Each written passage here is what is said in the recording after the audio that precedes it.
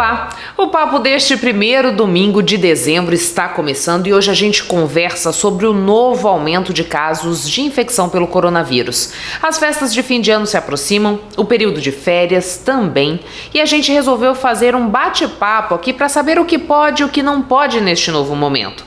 A disparada nos casos começou a ser verificada na segunda quinzena de novembro, e as infecções não ocorrem somente no Brasil, mas no mundo. E para aprofundar no assunto, recebo agora aqui no papo o enfermeiro e professor pós-graduando em saúde do trabalho e docência para educação profissional e tecnológica, o Guilherme Moraes. Guilherme, muito obrigada por ter aceitado o nosso convite para que a gente pudesse trazer informações para o nosso público a respeito desse novo momento que a gente vive com uma nova onda da Covid-19. Queria que você pudesse explicar para a gente um pouquinho o que deu o start para que a gente vivenciasse novamente esse aumento de casos de infecção pelo coronavírus. Então, primeiramente, acho que é importante dar uma breve explicação sobre como funciona, como se comporta um vírus. De forma bem rápida e simples, tá? Então, o vírus, quando ele infecta um ser humano e que ele vai se desenvolver, ele também vai sofrer mutações. E aí, à medida em que a ciência ela avança, o vírus ele também avança com a questão da resistência. É algo um pouco semelhante com as bactérias e os antibióticos, mas focando na questão do vírus. Então, assim, muitas pessoas que tiveram contato com o vírus, muitas vezes até fizeram uso do imunizante, mas não completaram o esquema vacinal, isso pode acabar gerando essa modificação do vírus e gerando as variantes que a gente tem aí. Tivemos a Delta, tem agora o Omicron e tem uma subvariante aí que está retornando. Existe também a questão das medidas de biossegurança, lavagem das mãos, higienização das mãos, o uso de máscaras que foi aos poucos regredindo e hoje já não é mais utilizado.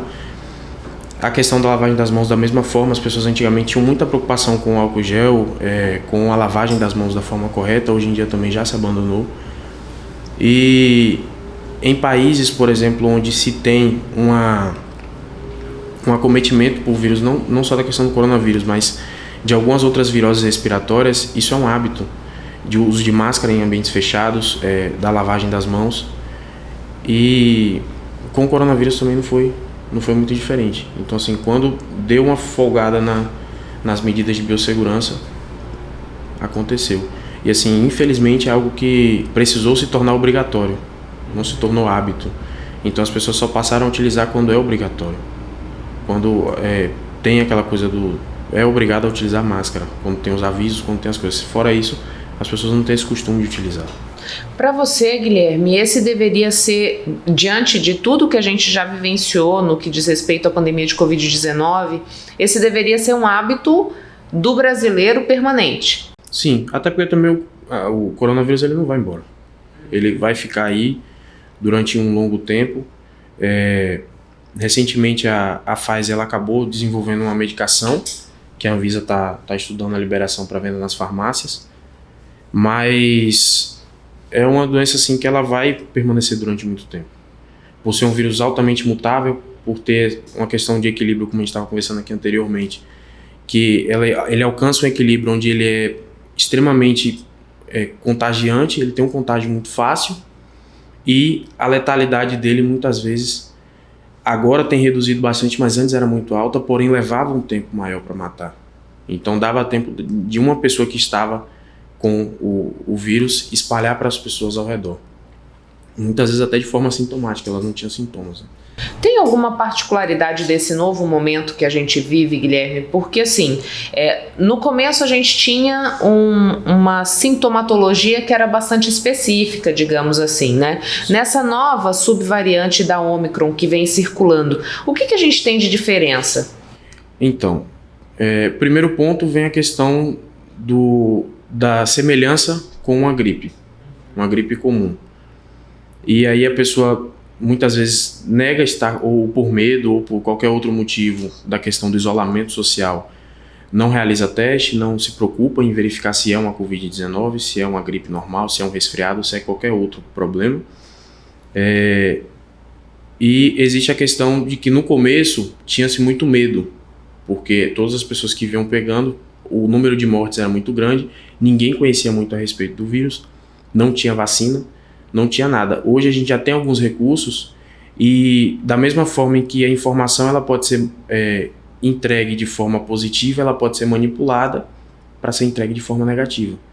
Então muitas pessoas podem chegar e falar assim, mas essa subvariante não está matando tanto. Mas ainda mata, né? Mata. E como mata.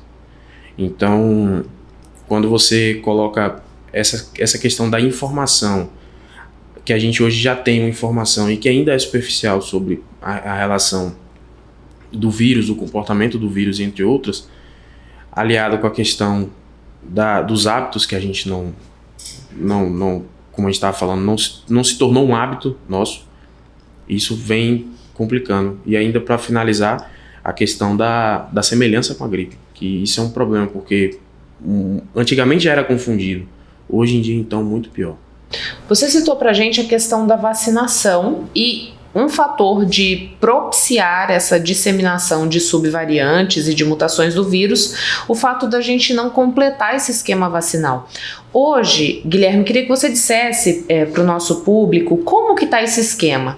Todas as pessoas devem tomar 4 doses? Como que está para as crianças? O que você pode esclarecer a respeito da vacinação? Pronto.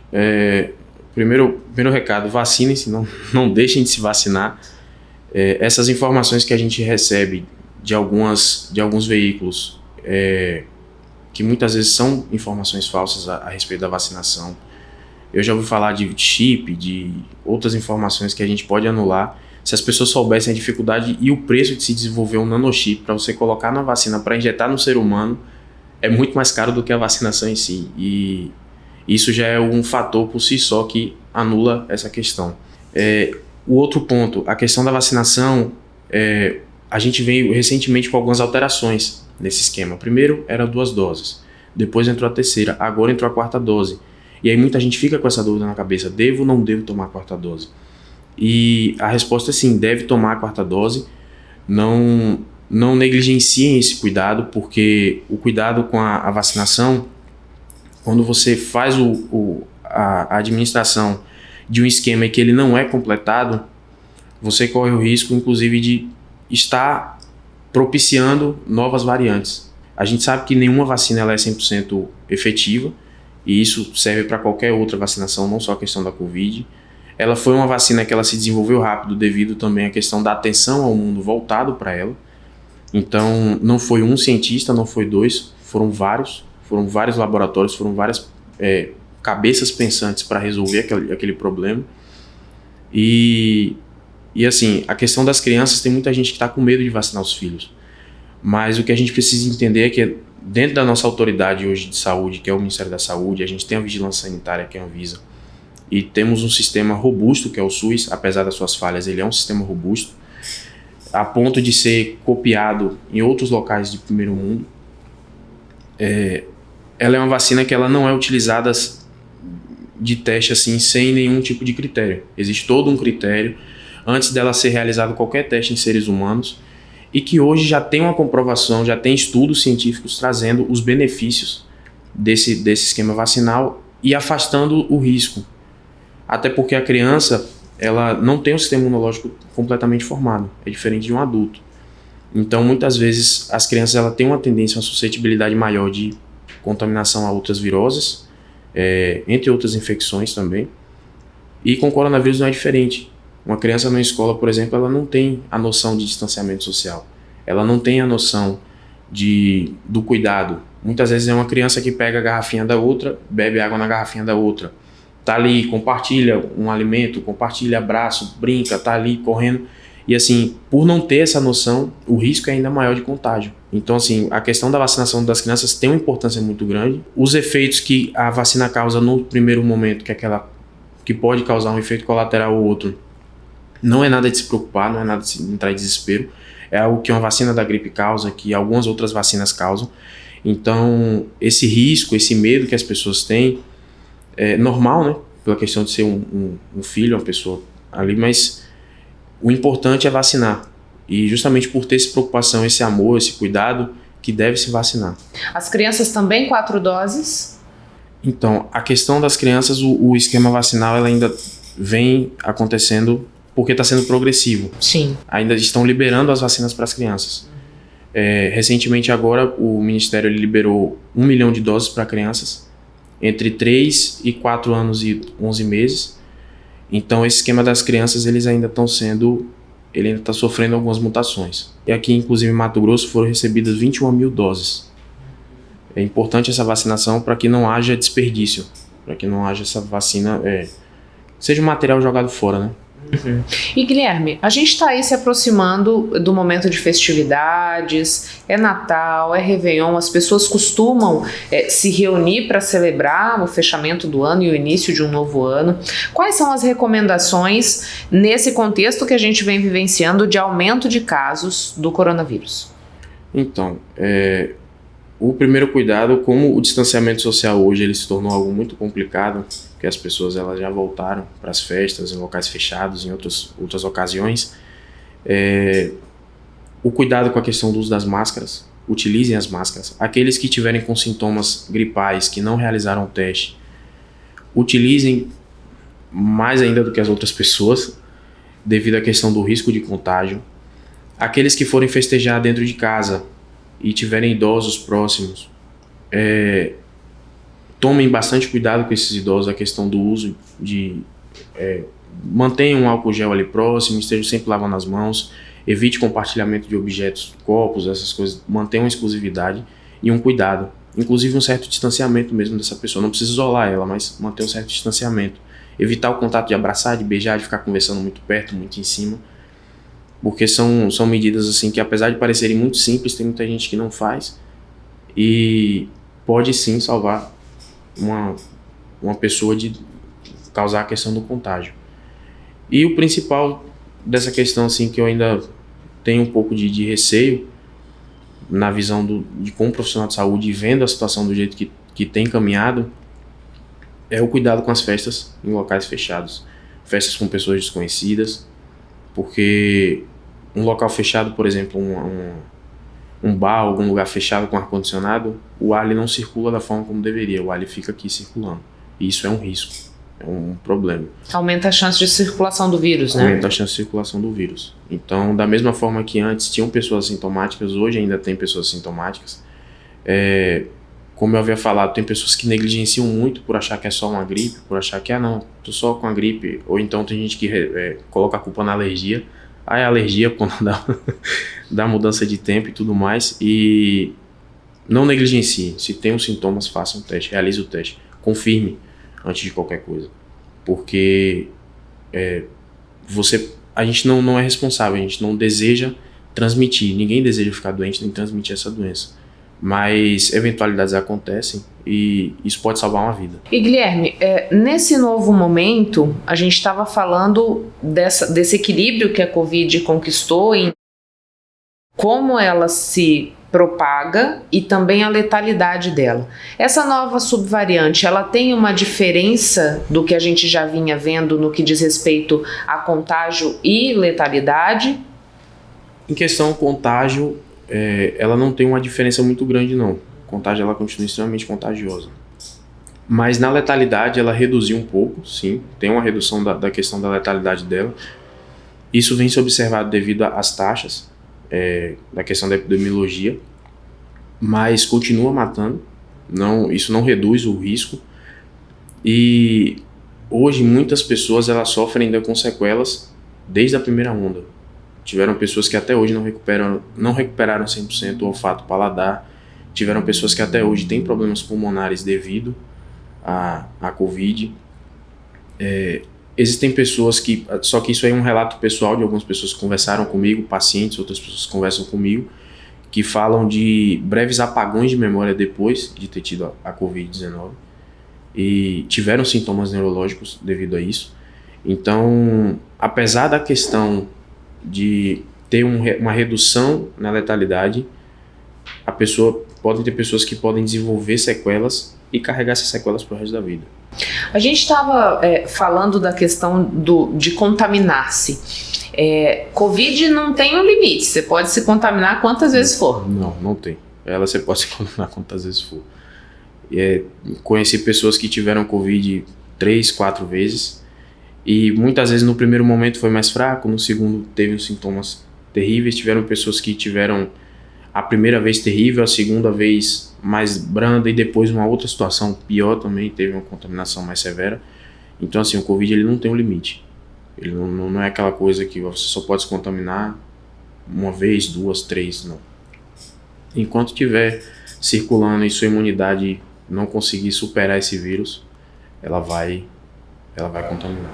Uma dica também, Guilherme, é cuidar da nossa imunidade, né? Você podia falar um pouquinho disso? O que a gente pode fazer para fortalecer o nosso sistema imunológico? Pronto. A questão principal, vou falar de hábitos que muitas vezes não pesam no bolso e que podem ser feitos de forma mais tranquila. O banho de sol. A gente mora na cidade que tá o sol aí para cada um. Só tomem cuidado, por gentileza, com a questão do excesso, porque a gente sabe que o sol ele pode causar câncer de pele, entre outros danos. Então assim, façam um banho de sol, de preferência de manhã cedo. Banhos rápidos, não precisa ser nada muito demorado. Em torno ali de meia hora, 1 hora de banho de sol, no primeiro sol da manhã. Alimentação, optar por uma alimentação mais saudável. É aquela coisa que a gente aprendia na escola, algumas pessoas aprenderam na escola, outras com outras pessoas, mas assim, do prato colorido, de comer bastante verdura, salada, essas coisas que ajudam. O exercício físico é muito importante que seja feito. Fazer uma caminhada no parque, fazer algo que fortaleça o sistema cardiovascular também ajuda bastante. E assim, são medidas que a gente vai utilizando para evitar. E são medidas que não pesam no bolso. Beba água. A questão da hidratação é muito importante também. Então assim, são medidas que a gente não custa caro. Por exemplo, você fazer um banho de sol é de graça. Você fazer uma caminhada, você pode tomar banho de sol enquanto você está fazendo sua caminhada. É de graça, você não paga por isso. 1º de dezembro é considerado o Dia Mundial de Luta contra a AIDS. Faltam apenas 8 anos para o fim do prazo da meta de acabar com a AIDS como ameaça global. No entanto, durante os 2 anos mais intensos da pandemia de Covid-19, o progresso da resposta à pandemia da AIDS tem falhado e os recursos disponíveis diminuíram. Para falar mais sobre o atual cenário que a gente vive, é que converso com a médica infectologista Zamara Brandão Ribeiro. Doutora Zamara, muito obrigada por ter aceitado o nosso convite para que a gente possa conversar aqui no Papo com ela a respeito do HIV/AIDS, aproveitando esse mês de dezembro, que a gente tem uma data que marca a luta do Dia Internacional de esclarecimento a respeito dessa doença. Queria que a senhora pudesse começar falando para a gente, doutora Zamara, sobre como que está a assistência aqui no nosso estado em decorrência desse tempo que a gente vem vivendo com o coronavírus e que trouxe um rebuliço, assim, digamos, para o sistema de saúde. Obrigada, Michele, pelo convite. Inclusive, queria te parabenizar e parabenizar toda a sua produção, porque há muito a gente não vê esse enfoque na luta contra o HIV. Quando a gente não fala, quando a gente não vê na mídia, a impressão que a gente tem é que está controlado, não é? Então, eu acho que o seu programa, assim, está de parabéns. Esse é um assunto muito importante para ser abordado. Com relação ao que nós passamos na pandemia, nós e todo sistema de saúde, né, é aquela velha história, nós tivemos que nos reinventar. E os nossos pacientes, eles dependem da medicação, então eles não podem ficar sem a medicação, mesmo nos tempos de pandemia, onde muitas vezes a consulta médica estava difícil. Então, assim, nós dentro do que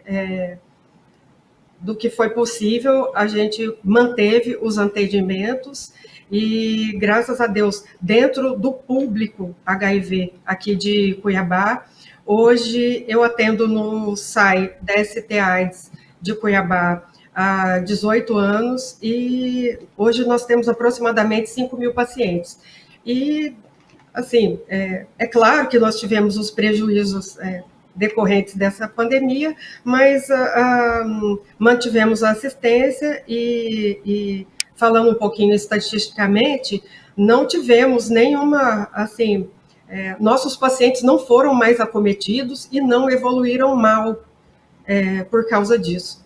Doutora Zamara, a senhora disse assim, é importante ter esse espaço para discussão, porque quando a gente não fala disso, parece que a coisa acabou e que está tudo bem. O que é o contexto que a gente vive hoje quando se pensa em HIV/AIDS? Né? Tá tranquilo, as pessoas se conscientizaram ou a gente ainda vê um número crescente de infecções? Essa é uma pergunta, assim, fantástica.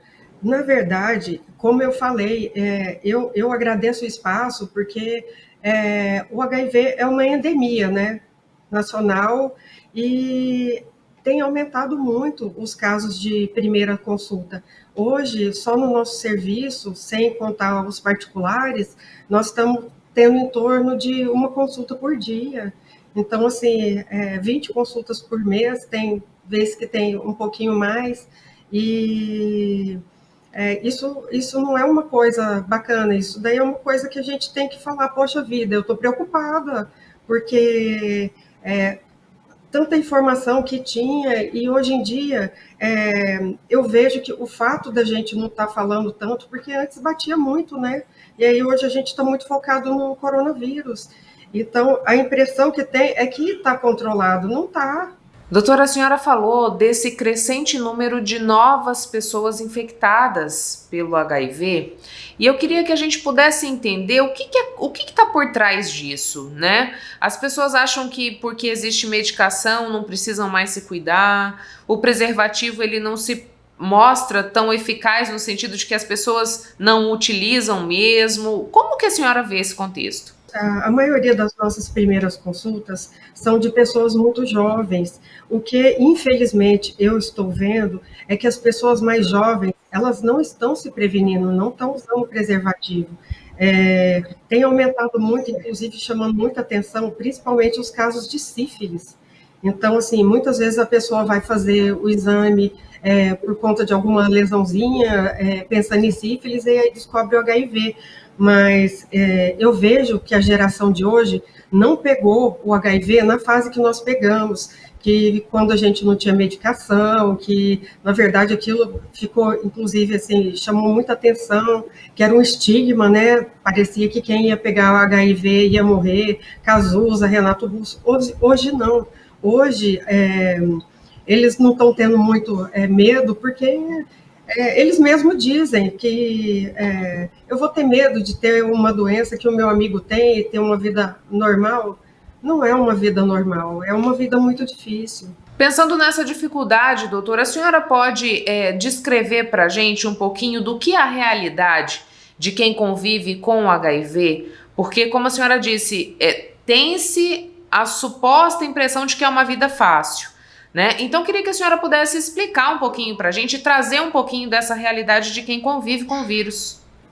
Quem convive com o vírus vai conviver tomando uma medicação até que apareça a cura, porque infelizmente não temos a cura, então você vai ter que tomar uma medicação para o resto da vida.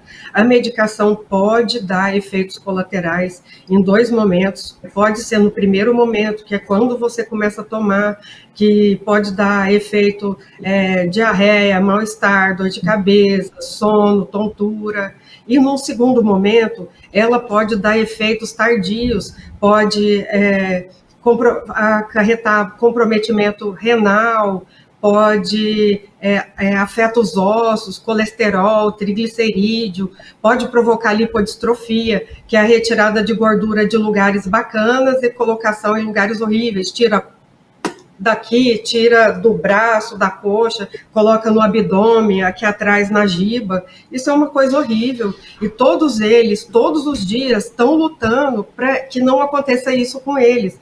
Então, assim, não é uma coisa fácil. Hoje a gente, claro, tecnologia é uma coisa formidável, inclusive as medicações de hoje, elas dão muito menos efeitos colaterais do que as que tinha anteriormente, né? Mas não é uma coisa fácil, você vai ter que, para o resto da sua vida, fazer exame de 6 em 6 meses para saber se o medicamento está sendo eficiente, se está matando o vírus.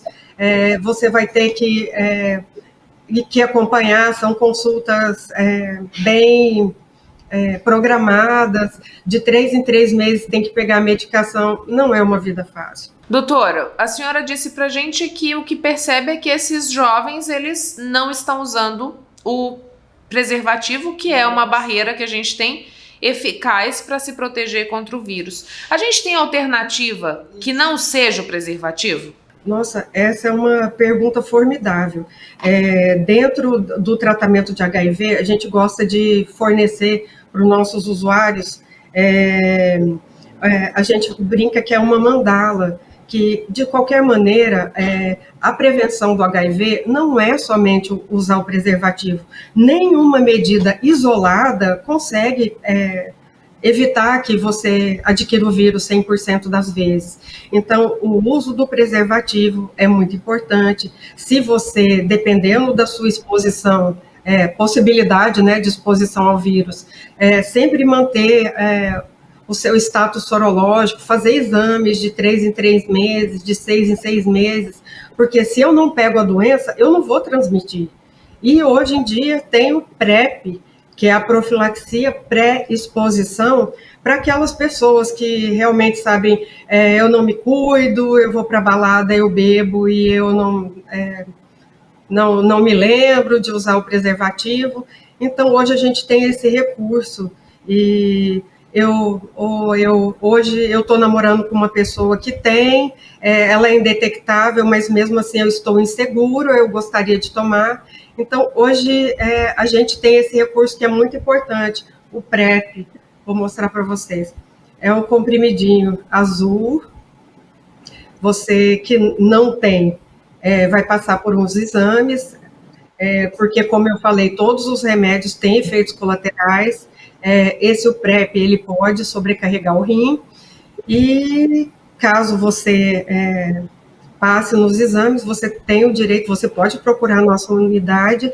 Aqui em Cuiabá tem muita gente fazendo o uso correto do PrEP, e até hoje, desde que começamos, acho que foi 2018, se não me engano, não tivemos nenhum caso de positivação com o uso correto do PrEP. Maravilha. A gente tem, além do PrEP, tem o PEP, né, doutora? Em que casos que a gente consome o PEP?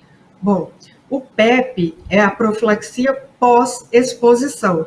Se, de alguma maneira, eu me expus ao risco de contrair o vírus, tive relação com uma pessoa que eu fiquei achando que poderia ter, ou se eu trabalho no laboratório e cortei o dedo, aquele sangue eu não sei de onde veio, ou se eu me expus, eu fui violentada, violência sexual. Esses são os 3 principais que a gente usa o PEP. O PEP, diferente do PrEP, ele é uma medicação, são 2 comprimidinhos, você tem que tomar por 28 dias. Então, assim, também não é uma coisa fácil, porque também pode ter efeitos adversos. O que eu gostaria de falar é que hoje a gente tem muito recurso para não adquirir o vírus HIV, porque depois que a gente adquire, é o que eu falei, não é uma vida fácil. Doutora, a senhora falou sobre o preconceito. Nesse tempo todo que a senhora está trabalhando com esse público, quais são os relatos que a senhora recebe, né? Porque, como eu disse, temos 40 anos de HIV/AIDS aqui no nosso país, pelo menos. A gente teve uma evolução no que diz respeito à medicação que é oferecida, mas como que ainda está a interpretação, a aceitação de quem convive com o vírus? Existe o nosso preconceito de que quem pegou HIV foi necessariamente por via sexual e porque teve um monte de parceiros. Na verdade, não.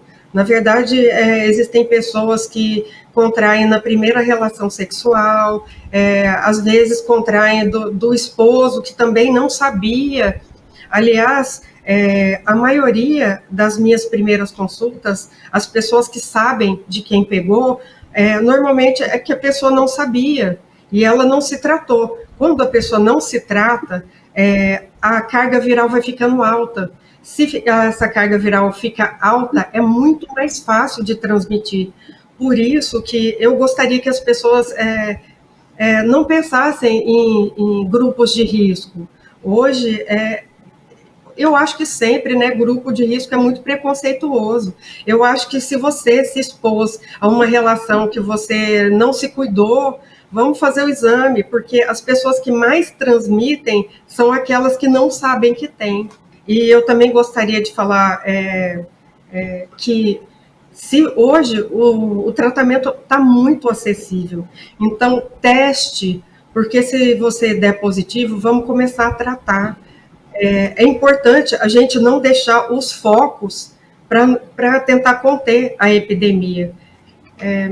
Meu maior recado é que as pessoas procurem hoje, principalmente o SAI, que é onde eu trabalho, os exames estão disponíveis das 8 da manhã até as 16 horas, é gratuito, em 30 minutos você sai com os resultados de sífilis, HIV, hepatite B e hepatite C. E, doutora, é recomendável fazer esse tipo de exame de quanto em quanto tempo? Isso depende do comportamento que essa pessoa tem? O que é o recomendado? Olha, sem dúvida nenhuma, é de acordo com a exposição das pessoas, mas aquela pessoa que se expõe muito, o ideal é que ela faça de 3 em 3 meses, de 4 em 4 meses, até porque se essa pessoa começar a procurar muito o serviço de saúde, o nosso, a gente já vai querer saber o que está acontecendo, se não seria prudente que essa pessoa iniciasse o PrEP, porque se uma pessoa também procura muito fazer esse exame, quer dizer que provavelmente ela está se expondo mais.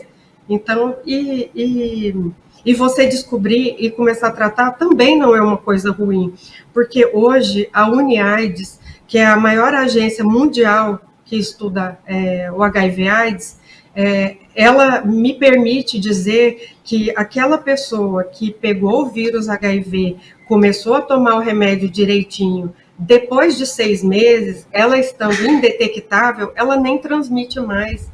Então, a gente acaba perdendo o foco.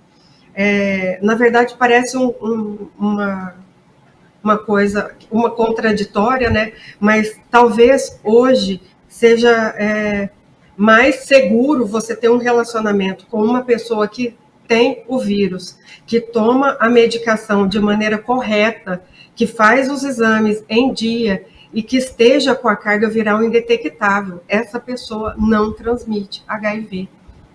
Então, eu também deixo esse recado que de tanta coisa, se você correr atrás e se a gente conseguir frear essas pessoas que possivelmente estejam transmitindo, a gente também segura a endemia.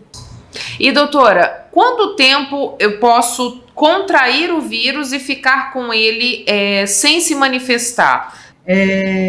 Existem 2 situações. Ou eu posso ficar assintomática e ficar tudo bem, ou eu posso desenvolver uma coisa que chama síndrome retroviral aguda. O que seria isso? Um quadro muito semelhante a um quadro viral qualquer, uma gripe, a garganta dói, pode aparecer íngua, posso perder o apetite, ter febre. Isso acontece quanto tempo depois de eu entrar em contato com o vírus? Aproximadamente de 2 semanas até umas 6 semanas. Como todo quadro viral, a maioria deles tem uma duração entre 7 e 10 dias e melhora. Por isso que assim, é difícil você diferenciar isso de o quadro agudo da AIDS. Então, você entrou em contato com o vírus, você vai demorar aproximadamente...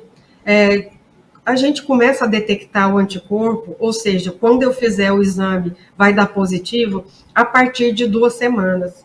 Mas o indivíduo pode entrar num período que chama janela imunológica, que é entre eu entrar em contato com o vírus e ele aparecer no meu exame, existe estimativa de 3 até 6 meses.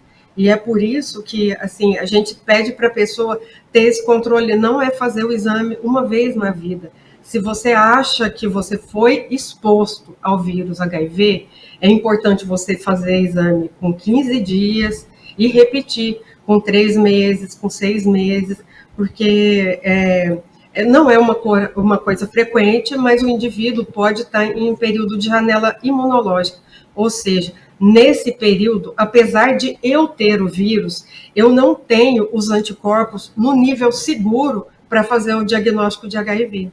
Doutora Zamara, muito obrigada pelos esclarecimentos aqui no Papo com Ela. Muito obrigada pelo espaço e muito obrigada por lembrar desses 34 anos de luta contra a AIDS.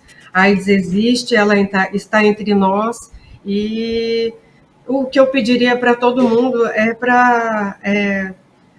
eu acho que o maior problema da AIDS e do HIV é o preconceito. Então, para a gente tomar cuidado, porque hoje a gente não tem na família, mas amanhã a gente pode ter, e a gente vai se sentir mal se um irmão ou uma mãe estiver sofrendo preconceito. O Papo também está no Facebook e no Instagram. Siga, curta, compartilhe o nosso conteúdo. Dezembro é a época do ano na qual comemoramos o Natal, o Réveillon, tiramos férias, recebemos o 13º salário. Tudo isso propicia um aumento significativo das vendas de fim de ano. A procura por serviços e produtos se intensifica. As empresas então têm altas chances de faturar mais e se estabelecerem como referência para os clientes. A primeira dica para este período festivo é a contratação temporária, para atender a demanda constante de pessoas que frequentam o estabelecimento comercial. Esta loja, em Várzea Grande, segue à risca este critério. A empreendedora Jéssica faz as contratações entre o fim de novembro e o início do mês de dezembro, para conseguir treinar com tempo hábil o novo colaborador temporário. Já estou capacitando a equipe, freelancer nós já estamos contratando, então para quando chegar em dezembro a pessoa não chegar perdida na loja, então a gente já quer que a equipe toda esteja preparada para essa movimentação toda de final de ano, que a gente está com a expectativa elevada, né? Para o diretor de Educação Profissional do Senac Mato Grosso, Edson Damer, é fundamental nesta época do ano o empreendedor ter um plano de venda, principalmente após o período pandêmico, onde se constatou um aumento de procura de compras para presentes. O que nós estamos vendo? O nosso Instituto de Pesquisa aqui da Federação do Comércio, ele tem demonstrado dados muito relevantes para nós. Esse momento de pandemia, esse momento que nós atravessamos no mundo todo, o que aconteceu? Ele represou essas vendas, represou o comércio e agora a ampliação de vendas, a ampliação de busca por presentes de final de ano e de atuação com familiares, interação com familiares, movimenta o comércio. E o comércio varejista é aquele que realmente entrega esse produto a todos os consumidores. Outra dica importante é trabalhar em conjunto, a loja física e online, através das redes sociais. Desde que abriu seu espaço de moda, há 2 anos, Jéssica utiliza da técnica para vender mais e fidelizar os dois públicos. A vitrine, a gente, no final de ano agora, tem a ajuda de uma arquiteta que vem e faz a vitrine pra gente, para deixar tudo realmente nessa pegada de final de ano, né? A Copa é uma vitrine, aí a Black já é outra, o Natal a gente tem que trazer muito vermelho, muito branco, então tem essas questões. A loja inteira muda em cada estação, em cada comemoração, em cada data que a gente tá vivendo, né? Então a loja tem que estar nessa pegada. Não só a gente trabalha muito o online, né? Mas o online tem que estar compatível com a loja física, para cliente não ver uma coisa no Instagram e chegar aqui na loja e ver uma coisa completamente diferente. Então a gente tem que casar. Você tem 2 formatos de negócio que precisam estar interagindo. E quando eles interagem, o consumidor ele consegue um produto de maior qualidade, um atendimento de melhor qualidade e, consequentemente, o empresário do comércio ele consegue vender mais e atender com mais clareza. Em Mato Grosso, os lojistas podem se organizar nesta época do ano com a ajuda do Prepara Varejo 2022, maior programa gratuito de capacitação para o comércio varejista do Estado, que tem por objetivo qualificar pessoas e líderes para o varejo, ofertando mais de 140 cursos e palestras com especialistas em comportamento e desenvolvimento humano, realizado pelo Sistema FEComércio Mato Grosso por meio do SENAC. A ideia é nós prepararmos toda a mão de obra, todos os profissionais que irão atuar neste final de ano, na Black Friday, nas festas natalinas, na virada de ano, em todos esses segmentos de trabalho. Capacitações voltadas para esse público e esse público possa vir a estar realmente preparado para atendimento em geral dentro do comércio. Já tem que começar antes, preparar a equipe antes. Então foi através dos treinamentos que eu fiz, das consultorias que eu participei, que eu fui melhorando, né, nesse quesito de planejamento. Me ensinou a ter planejamento de todas as datas comemorativas. Hoje eu faço o planejamento da loja, do ano que vem eu já estou começando agora. Então isso eu aprendi através de investir em conhecimento mesmo. A OAB Várzea Grande se propôs a ajudar na campanha de Natal de mais de 100 crianças da Escola Municipal Benedito Abraão. Quer saber como você pode ajudar nessa campanha? Confira agora na nossa reportagem. Neste Natal, Brenda pediu ao Papai Noel uma bota de couro preta. A menina é estudante do 5º ano da Escola Municipal Benedito Abraão, região conhecida como Formigueiro em Várzea Grande, e será uma das 100 crianças contempladas com presentes de Natal através da OAB Solidária. Eu vou ficar muito feliz, né? Que eu pedi à minha mãe, mas ela falava que não tinha dinheiro para comprar. Ela tem que ser... Eu quero que ela seja uma preta, de couro e um pouco alta. O colégio foi um dos participantes do projeto OAB Vai à Escola, organizado pela atual gestão, que neste ano visitou mais de 30 instituições educacionais do município e leva diversas informações de cidadania e direito aos pequenos. Dentro desse projeto foi destacado essa escola como a mais participativa, como a escola mais organizada, como a escola modelo e a escola mais distante também, por ser na zona periférica aí do município. De muita alegria, né? Até então, porque a gente não esperávamos, né? Por nós sermos aqui uma comunidade distante, carente, então a gente também é desprovido de doações, né? A gente recebe mesmo só as ajudas da mantenedora, né? Que é da nossa secretaria. Mas assim, pessoas assim filantrópicas quase nunca vêm aqui.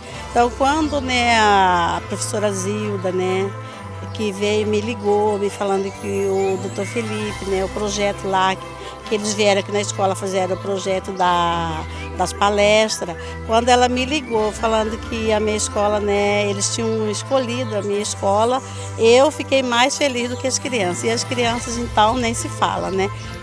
E foi assim, tudo assim para ontem. Ela ligou de manhã, que à tarde já era para entregar a carga. Quando a gente chegou, né, falei para as professoras, falando para as crianças, foi uma alegria só. Aí foram escrever, foram desenhar, né? E está todo mundo ansioso para esse dia. A cartinha de Ana Júlia mexeu com o coração dos organizadores da campanha.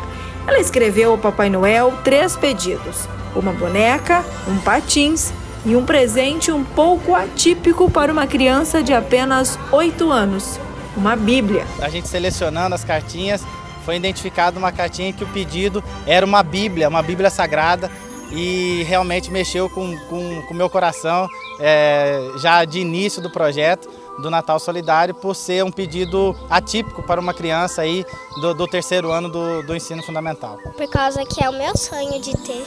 Eu achei muito bom. Por quê?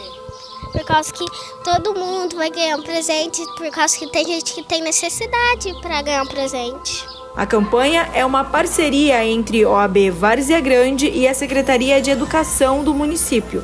A sociedade pode participar adotando uma cartinha disponível na sede da OAB VG até 9 de dezembro. A entrega dos presentes será realizada no dia 13. Então, eles precisam acreditar na magia do Natal, e isso traz para eles uma magia que eu acredito que o Natal é magia. E a partir do momento que eles fazem a cartinha e alguém ouve esse pedido e vem traz para a criança a esperança de que as coisas podem acontecer, que a gente deve sonhar, que acontece.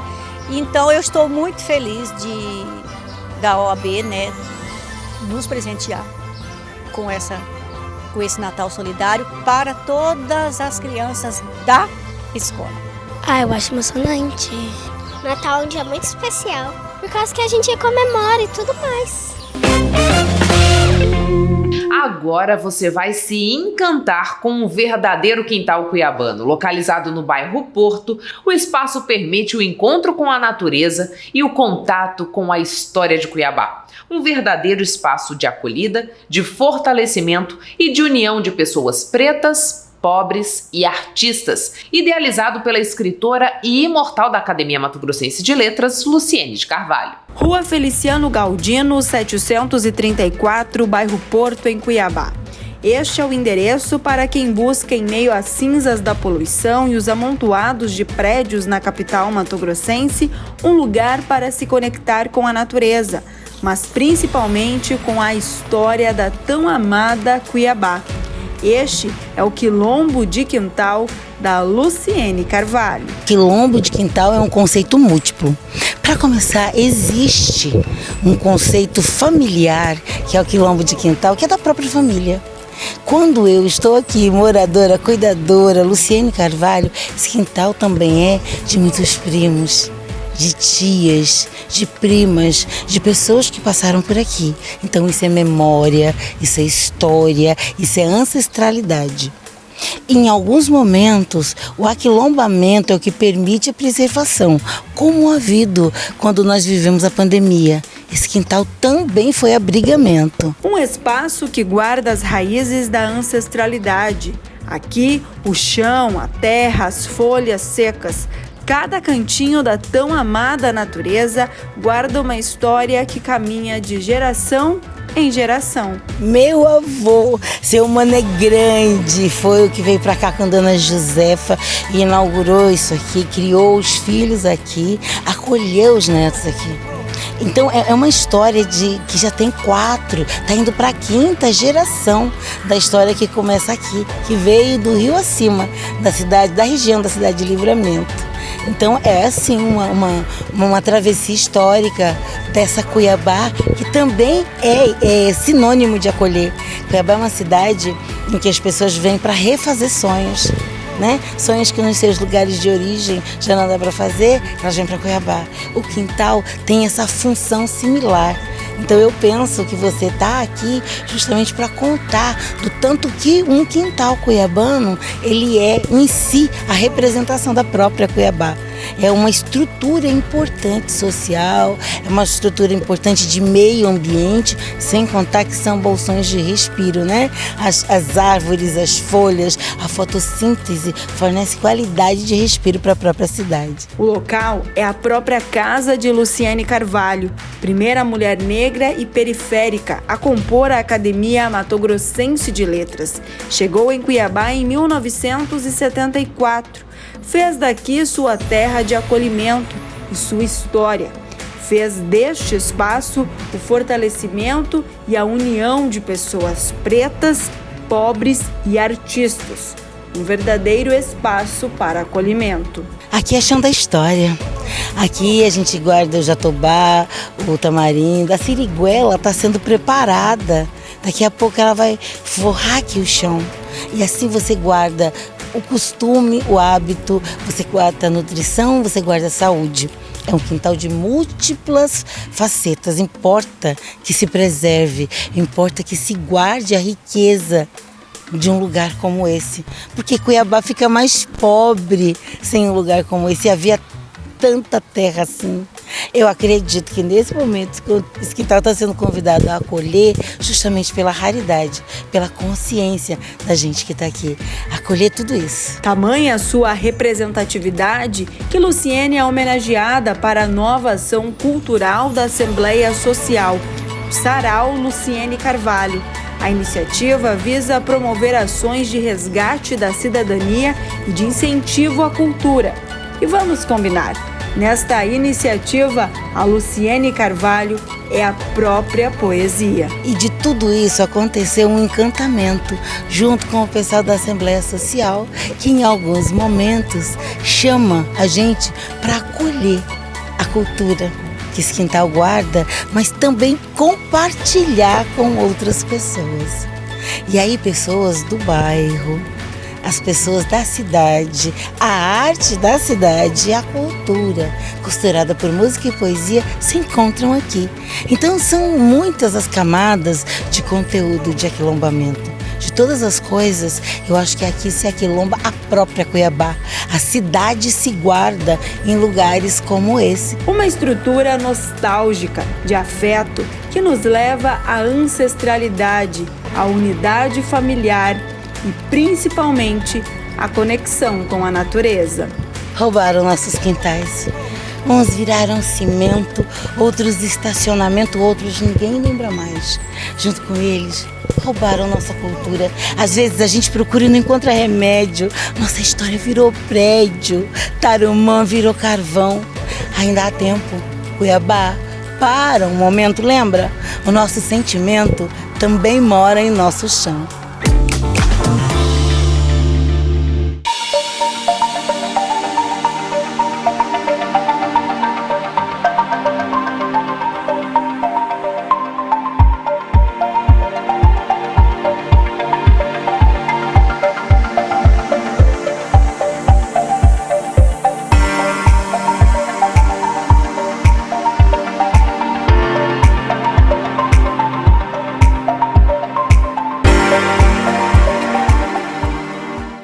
O Papo com Ela está chegando ao fim, é a hora de dar tchau. A você que permaneceu comigo até agora, meu muito obrigada. Você pode nos ajudar a fazer o Papo com Ela mandando a sua sugestão para as nossas entrevistas e reportagens. Para isso, você pode fazer contato com a gente através do WhatsApp, que é o 65999021038. Siga o Papo no Instagram, no Facebook, se inscreva no YouTube. Tenha uma excelente semana, a gente volta domingo que vem às 6 horas da tarde aqui na TV Cidade Verde e eu espero você. Um beijo e até lá!